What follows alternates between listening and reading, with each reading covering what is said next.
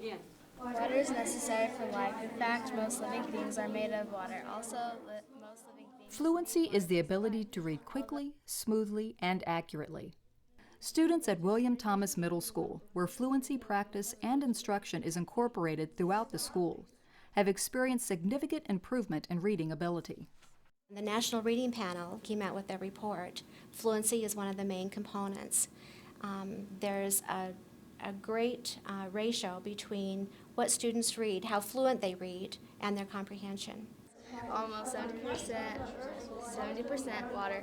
Most of the Earth's water supply is from This is fluency reading, where they read a passage every day for 5 days in a row, hopefully gaining the fluency in part of the reading program that we do.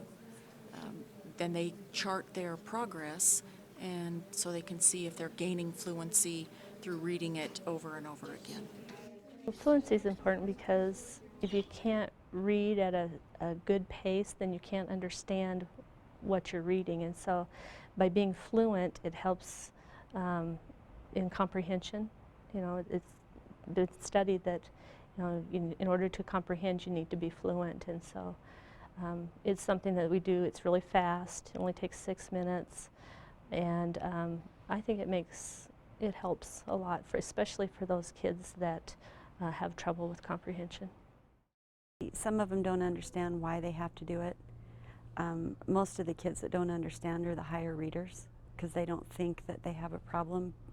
Then it becomes my job to listen to them and say, you know, to be a good reader, you also have to pause at commas and stop at periods and use some expression. And so there are ways that we can build that into fluency too, to help even the better readers become even better and stronger readers by watching the punctuation marks and the expression and things, because that's as important as anything.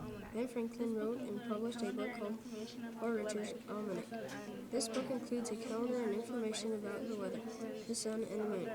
It also Some of our Earth's water supply is also found underground and And what's really great about those passages is they're all nonfiction, which kids really need to read. And they'll ask questions afterwards like, well, is that really true? And so then we get a really good discussion going. And a lot of times the kids are very interested in knowing further stuff. And as a teacher, that's wonderful to have them explore something further. I like it because it's made me read a lot faster since I started reading that last year. My scores have gone way up, so I like it. It wasn't until we attacked literacy school-wide and every teacher participated when we really started seeing big gains in proficiency. 2 years ago, well, 3 years ago, the group that was in the 8th grade, when they came to the middle school, 40th percentile. When they left our school at the end of 8th grade last year, 78% were proficient.